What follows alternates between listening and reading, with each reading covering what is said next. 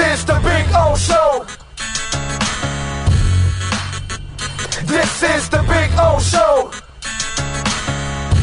Howdy, there he is, the man, the myth, the legend that is Omar Kelly. How you doing, baby? How you feeling? You're back from Indy, huh? Yes, sir. I was on the first thing out smoking on Thursday, so I can be home for my daughter's birthday party on Saturday. Oh yeah, nice. There you go. At least got in at 1 o'clock in the morning, but I'm here. Okay, all right, tough guy. What's it called? At least you don't have to go to St. Augustine like poor Manny Navarro. He's got to go to a birthday party tomorrow in St. Augustine. I mean, holy moly, the things you do for family. We do what we got to do for family, bro. So I know. It is what it is. I know. As long as he doesn't have any of that Fountain of Youth, he'll be fine. Did you ever try that? Have you ever gone to St. Augustine and tried the Fountain of Youth? I think so. I have been to St. Augustine. I don't know about the Fountain of Youth. Oh, no, you would have remembered. It tastes like shit. So you would have remembered if you had to try that. You're supposed to drink it? Is it a real fountain? It's a real fountain. It's a real fountain. Now, I had tried it back in the 70s. Okay, so okay. 50 years ago. Supposedly it's still there. It's still there. Okay, it's still there. So it's still spewing out that terrible water, and I don't know if they still give you a drink of it, but yeah, it kind of felt like you were in Mexico at the moment. And you're like, oh my god, what happens after the fact though? After you drink the water? I don't remember if I was in the bathroom or anything for the next couple of days. I don't remember, but I do remember it tasted terrible. That I do remember. It was terrible, terrible water. So, yeah, enough of that. All right. So, your thoughts on Mike McDaniel? His let's say, I don't know, his personality. I was kind of talking about this earlier in the first hour, that in a way, he's kind of built more to communicate with today's people, young people, not just athletes, because I think they're all the same athletes, whatever. Millennials are millennials, Generation Zs are Generation Zs, whether they're painters or players, they're all the same. But I almost feel like, this is a guy that might be more wired to deal with today's athlete that's a little bit different. I don't buy that from this standpoint. He's unique. He's quirky. He's his own witty. He's witty. I've coached wittier coaches. He's cut from his own cloth. He's just unique, and he doesn't follow any pattern of what you want, or he's going to do it his way and do his thing. And I think he's always had a unique personality and has a comfort zone in that unique personality. What I found interesting, and this is probably more me than what Dolphins fans find interesting, he's very, very stylish. When I'm talking about from the brands to Balenciaga sneakers to Louis Vuitton book bag, and I've never seen that from a coach, and I find that very interesting. It's stuff that his players will be like, oh yeah. You need to follow up. You need to follow up on one thing, Omar. What's that? One thing. Okay, you got to ask him. All right, coach, come clean. Is this all you? Or no. I do want to get to that. Does the wife do your shopping? But you know what?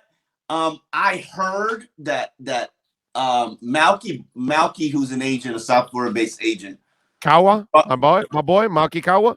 Yeah, Malky brought it up to him. Malky flew up. I flew up on the plane with Coach, and everybody was on that flight from Miami. And Malky brought it up to him, and Cam Wolf overheard the conversation and he was like, yeah, it's to mask my insecurities. And I'm sure that was like a joke, but had some truth in it as well. To it, and it's probably his wife, by the way. Yeah, no. I'm gonna with that line right there. It's his wife. Because he doesn't seem like the kind of guy that's going to worry about those kind of details. But why shouldn't you have and like nice things, especially when you No, my brother. I'm not saying there's anything wrong with it. Yeah. Maybe he just likes a Breitling watch, or maybe he's Pat Riley. You're right. Maybe he has a little Riley in him. Riley likes He's not going to wear just a watch, just a but shirt, he's just a jacket. it's not style. It's not style. It's swag. And there is a difference. And the swag will appeal to his players. You know, but ultimately, players want to win. They don't care about anything but, can you help me win? Can you help me get money? And he said that himself. So, you know, he knows he's exactly a 90s what he rap guy. He's a 90s rap guy, Yes. so maybe that's why he likes his swag. I mean, he grew up in, come on, who doesn't grow up in that era and is not a 90s rap guy? Like, come on. There are some lame dicks out there, bro. I'm telling you, there are some.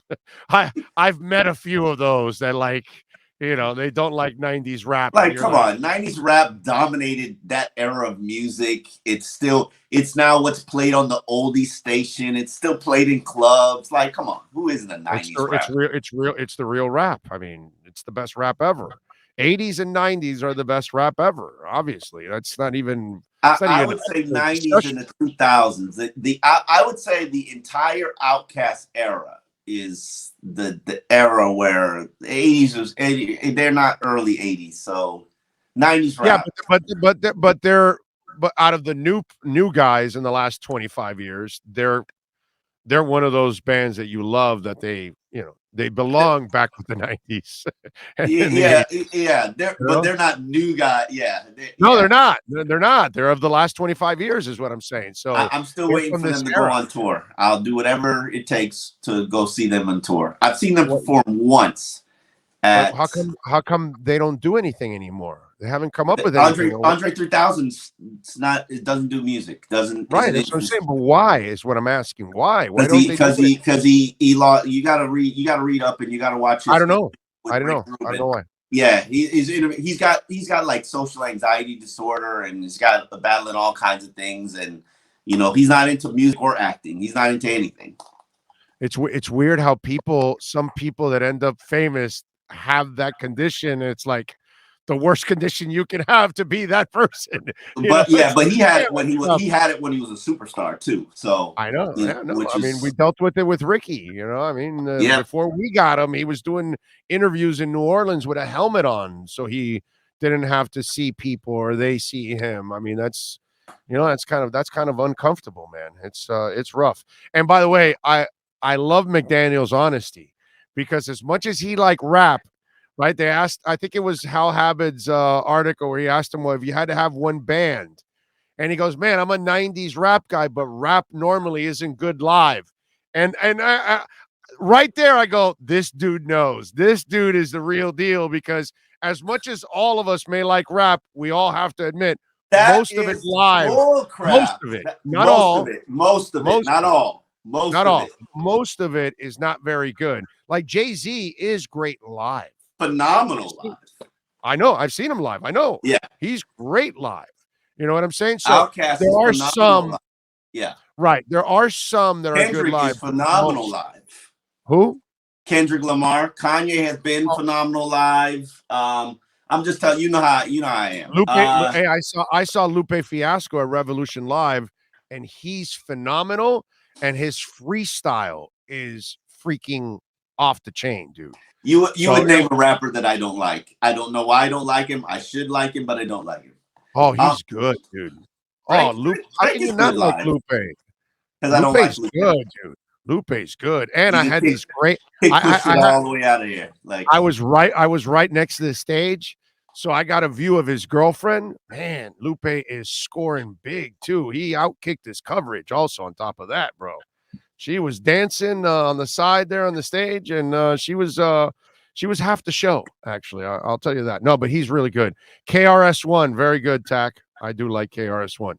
Anyway, so, and then he said, I'll go with Guns N' Roses or Metallica for his thing instead of the rap, because he was right about that. So I do like that. All right, so they talk a little bit about Tua, Greer, and McDaniel. Couple things that have come out of it. One, McDaniel feels that Tua's full talent has not been tapped yet. Yeah. Where do you stand with that statement? I think it's fair. I think it's valid. I think it's true.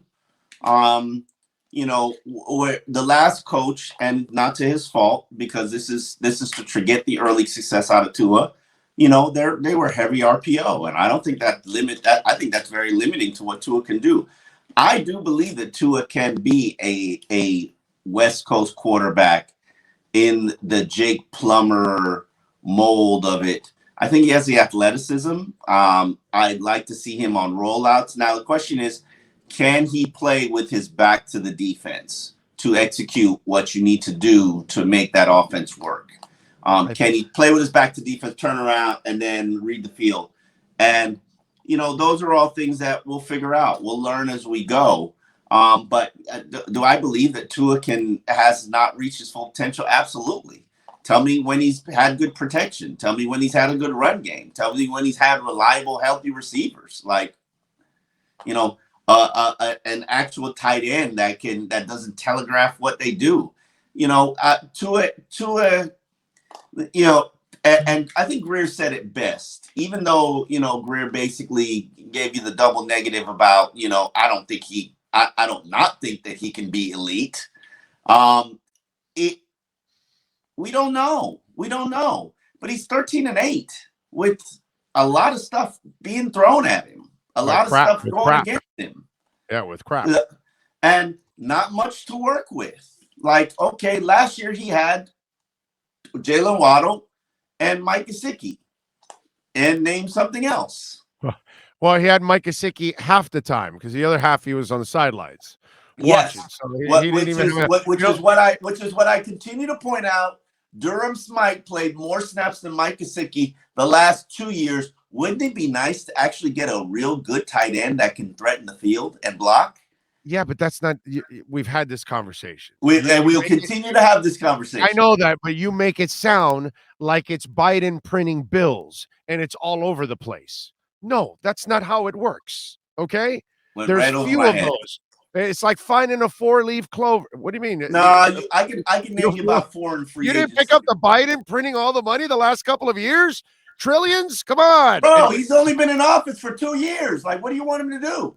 And he's been printing more money than, I don't know, since he's printed more money in a year and a half than all the way back to George Washington for the last 300 years. And our country hasn't been around that long. I don't know the facts of it, but we also were dealing with a pandemic where people were out of work and you had to create jobs in an environment where people felt secure. And now we got a war going on and that's challenging the economy, and then the recession and the Bitcoin. Yeah, don't act like these aren't unprecedented times, because they are. They're weird. Get it. Anyway, so I was talking to the folks because you were talking about back to the play as a quarterback, and they were talking about if Amari Cooper gets released. Mm-hmm. And one of the things that will help any quarterback, not just Tua, it's not just a Tua thing. Yeah. But if you want to play with your back to the defense and then you got to turn around, one of the things you're going to need is great route runners. Mm-hmm. And guys that are precision route runners, that the timing is exactly like how it is in practice. And if you have a guy like Waddle, you can do that. If you have a guy like Amari Cooper, you can do that. So if you want to do, I don't think Waddle fits that description, but I hear what you're trying to say. Well, Waddle isn't a precise route runner. No, but Amari Cooper is my point. Yeah. As a slot guy, it's a little different. Yeah, the route running, because you're reading off the defense and reacting to which way, and you both have to react. So it's a little different. But I'm talking about the outside guys, and so I'm talking like an Amari Cooper. So if you want in my dream world, they get a slot and move Waddle to at the outside. Oh, like a Landry. Okay, I get what you're saying. No, more. Yeah. Well, that's you can say that. Yeah, huh? I'm fine. I would rather a Cole Beasley than a Landry. Okay, fine. Anybody. I'm just saying. I just threw a slot guy out there. I get what you're saying. I love what you're saying. But what I'm trying to tell you and tell the fans is, when you want to do certain things, if you want to run an RPO, well, then make sure you can run the ball. If you want to play with your back to the defense, make sure you have exceptional route runners that are going to run to the T, or big body receivers, or big body receivers. But at least so when the quarterback does turn around and he throws it, it's like where it is in practice almost every time, that it's in the same vicinity. So that way, when he's planting and throwing and he's looking, he doesn't have much of an adjustment to make. Couple things that come into play while you're talking about that. Go ahead. One, and I'm writing about this now. We don't know all the players who are going to be purged, who are going to be traded, who are going to be on the market. Do you want an Amari Cooper or do you want a Calvin Ridley? Do you want an Amari Cooper or do you want a Michael Thomas? Do you want an Amari Calvin Ridley is not Schefter's reporting that Cooper will be released. Yeah. The Ridley one is not a release. The Ridley one is a trade. Yeah. But I'm talking about everybody that's going to be available to you. Let's put the whole free agent. Let's put what can we get at 29? What can we get on day 2? What can we get for free in free agency? What can we get for free based on not having to give up compensation picks? What can we get via trade? We got to put all that together, come up with a plan, find out everybody's price, find out what everybody's issue is, find out how everybody feels about Tua, find out how Tua feels about everybody, and then come up with a plan. Right now, I don't think we know for certain who all is available. Like I mentioned the Buffalo slot receiver. Beasley. Yeah, Cole Beasley. Now, and he's perfect here for Florida because he and DeSantis don't like vaccinations, so it's perfect. I'm sorry. Go ahead. Listen. Go ahead. I went over your head also. Go ahead. No, it went right. I caught it. You got that one. No, you got that one. I keep up with politics, pop culture. Cole Beasley's on the market. Would I trade a 4th round pick for Cole Beasley? Yes, but Buffalo is probably not going to trade him within the division. So, yeah. But what I'm saying is there are players like that who are going to be out there maybe playing for another team in another division where they're more willing to trade with you or do business with you. Right. There might be a team that actually acquires Russell Wilson and needs to purge cap space. So they're having a fire sale.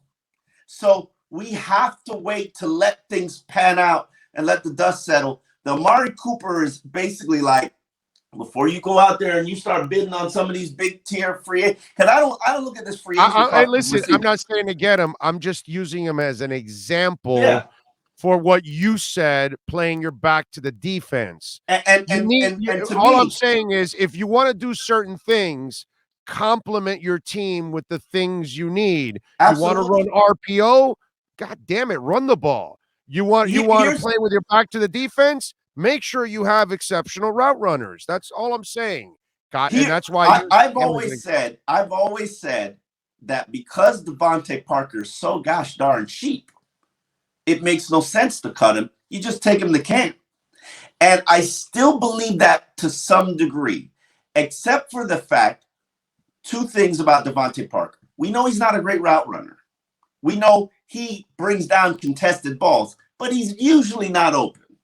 That's just not. Yeah. He's not. He's never been. And by the way, you cannot go another year where Tua's receivers have the least amount of airspace between their defenders because he was. I think we were the worst. If I'm correct, I don't play second worst or whatever. Subjective things, but Devontae, one, you're going to miss about 6 games with him, or you play not 6 games healthy.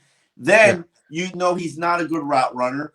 For me, I'm going to Tua and I say, give me a call on Devontae, or do you feel like we should use the $6 million he's using and upgrade it? And the same thing, where I stand on Mike Gesicki. Oh, Mike Gesicki's only back if Tua says I absolutely need him. And I personally believe that O.J. Howard would be far better in this offense for this team, for Tua, than a Mike Gesicki. But I'm in the minority here. We shall see. My thing is, and this is what I love about Brian Flores. What I love, I'm sorry. What I love about Mike McDaniel. What I love about what Chris Greer said, and you know me because you know me. They are going to run the shit out of the ball. Oh yeah, no, I know. That's why I'm excited. That's I'm the excited. intent. That's Tua's going to be a completely different quarterback this year. You'll see if they run the ball. Tua will be one hell of a quarterback, and people will see a completely different guy. Now you got to get the back for it. You got to fix the offensive line. It's not going to happen overnight. They want to run a wide zone, which to me is the most complicated run scheme that you can run. But McDaniel has done it his whole career. Now it doesn't happen overnight, and you got to have the pieces for it. You got to have the backs for it, and I'm sure that's the priority this year. But yeah, it would benefit you if you had wide receivers who could block, if you had wide receivers who can run crisp routes, if you had wide receivers who could stay healthy. Could that be Amari Cooper? It could be, but it depends on what the price is. Like, what is the price that you put on Amari Cooper? Are you paying $12 million a year for Amari Cooper? Yes. 12? That's cheap. No, I thought you were going to go 15, 16, 17, 12. No, I don't think he's a 15, now 16. I'm paying 12. Hell yeah, I'm paying 12. I mean, you put the offer out there and you see what the market bears, and that's the thing, because I'm looking at the free agent class of receivers. It's not very good. No, it's not good. It's not very good. And you can get some things at a bargain. And here's the thing: what does Tua need? Does Tua need top shelf, or can he get guys who are efficient?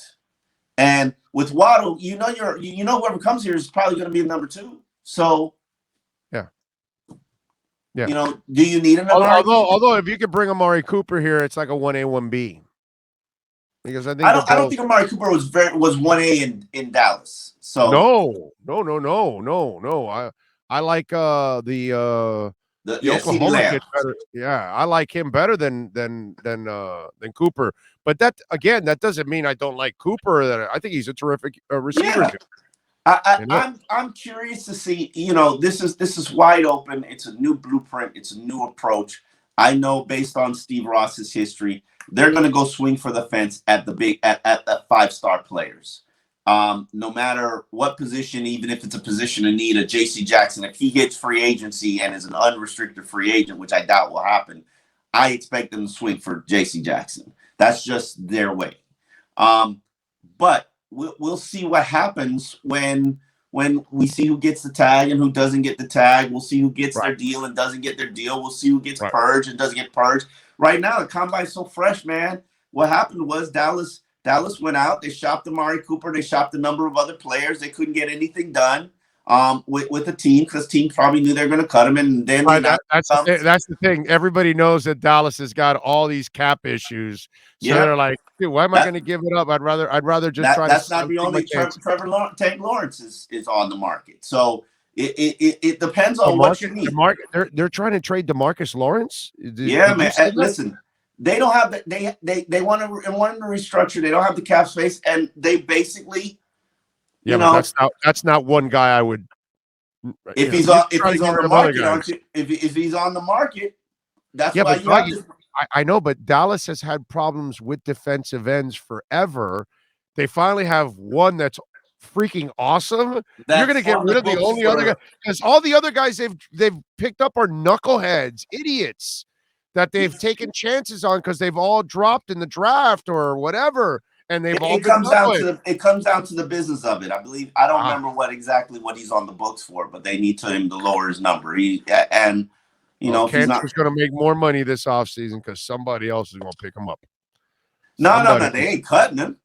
No, I'm saying somebody will trade for him then. Yeah. If they there's no way Canner cuts the salary. He doesn't have to. DeMarcus Lawrence does his effing job, bro. Yeah. He gets the sacks and he opens it up for everyone else. You know what I mean? That's why, when you say Ogba, you think is going to price himself out. I hope that's not the case, because Miami needs to bring back Ogba in order. What price you put on Ogba? 15. What price you put? 15? Yeah, I would say somewhere in that area, right? I'm there. I'm there. Yeah, I'm there. 15. I would imagine it'll be 14 to 17, let's say. But I'm saying 15, but what the hell is the difference at that point? You can play with the signing bonus a little bit, and it's not I don't as long as there's not this incredible difference. And because you're in Florida, you still get that break of being the no tax state. So that kind of But helps. you don't want to disrespect him if his agent's going out there and his agent's got 18 on the table. That's why I'm saying then you come back with the 16 and a half, 17, and then you close it out because, oh, yeah, go to 18 and go to the tax state. It turns out to be the same thing. Come on back. Let's go. So, you'll get it done. I think to me, he's the most important guy you have to sign in free agency. Absolutely. No question. I don't disagree with you. I need it for Jalen, bro. Jalen Phillips will struggle next year if you have to have another young defensive end on the other side that nobody respects. And what that guy did, not in sacks, but in batting balls, it was impressive as hell, dude. I really like what that guy did. Plus, you know what? You stole money for 2 years as the Dolphins. You got yourself a bargain. You gave him the highest contract that anybody was put out there. But what I'm saying, it ended up becoming a bargain. So if you have to overpay a little bit, since you've underpaid the last 2 years, it kind of balances out, dude. It's not the worst thing in the world. But then you also probably feel like you can go find another Rogba for the $15 million you pay, 2 years, $15 million. Like, I think that's a sweet spot for them in terms of getting deals done. Yeah. I mean, I hope they get that one done because I'd really like to see him, finish. Continue to play, yeah. Yeah, I think he did a really, really good job. All right, what are you working on the Sunset on before I let you go, my friend? I'm really breaking down a number of things, breaking down every unit and sort of forecasting where's the best value in terms of free agency, the draft, where, because you really got to figure out where the marriage is between the depth of the draft versus the quality of the free agents, the asking price of the free agents versus the availability of you getting somebody worth starting. For instance, the center spot, is trashed both areas, free agency and the draft. No, Ryan Jensen. Well, Ryan Jensen. He's old, bro. No, he's not. He's 30, isn't he? 31. You could get a couple years out of him. Tua needs it, bro. You got to admit, you're Mr. O-line guy. I know I'm Mr. O-line guy, and Tua does need it. But I don't necessarily know if I'm paying money for a 30-year-old free agent. I'd rather go spend my 29th pick and get that Boston College guard and move him to center. I'm just thinking out loud. I get it, but he's still a rookie, and listen. This scheme that you're running is injury prone. There's a lot of diving and movement. Do I want to take a chance on a 30-year-old holding up physically? Think about it. Give it some thought. You make a really good point, by the way. And by the way, Miguel brings in DJ Chark. I love that kid. I keep hearing his name. I was a huge fan of him coming out of school. I've never looked at his film, but yeah, I think that they are going to go. What's weird is. By the way, go look at his film. 3 things you'll find: hands, toughness, route running. Okay, that's it. You'll love. Why wasn't he more productive last year? Where was he playing? Jacksonville, under Bevel. It's Jacksonville, rookie. Bevel will know. Bevel will know. Bevel is a quarterback's coach. I mean, he was in the offense. He wouldn't, if he could have helped the quarterback, wouldn't he? Bevel's the one that decided to throw the ball against the Patriots. Let it go. Stop. Are you going to bring this up every time he struggles? Is that what you're going to do? No. I'm telling you. What's he? I know, but is that what you're going to do? Is that what you're going to do? Is that no? Okay. I just told you. I don't want to hear. No, you're closing yourself up. You're not listening. You're not listening. He's a quarterback's coach. He's not the offensive coordinator. You don't have to worry about that. He's a passing games coordinator. He's not making the calls on game day. That's all you got to worry about, bro. No, he's making the passing game calls. Not making the calls on game day. Mike McDaniel's making the calls. Listen, the way I was told it operated, and this is from people in the know. The way I was told it was operated, Mike McDaniel did not make the calls in with the 49ers. What happened was Kyle would go to him and say, Mike, I need a run here. What you got? And that's when he would call the plays. But it's a collaborative effort, and I do believe that it will be a collaborative effort here as well.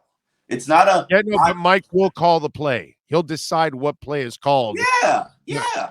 Everyone can make a suggestion. The good thing is that Bevel is where he belongs, is what I'm trying to tell you. And that's what I love about what McDaniel did. He brought him in as a QB coach. I don't you don't want Bevel as the OC. You want him as your QB coach. I don't want to hear from you every time the offense struggles, the passing game struggles. You know, he's the guy who do the ball at the goal line against McDaniel's offense, dude.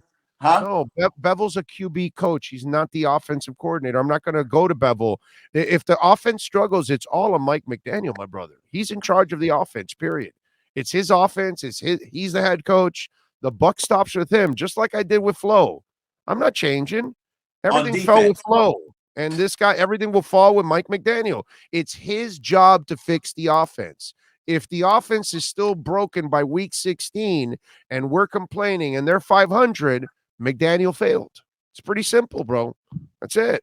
In year one, hold on. We got to set reasonable expectations because you can't. They've won 9 and 10 games the last 2 years, bro. You got to try to make the playoffs.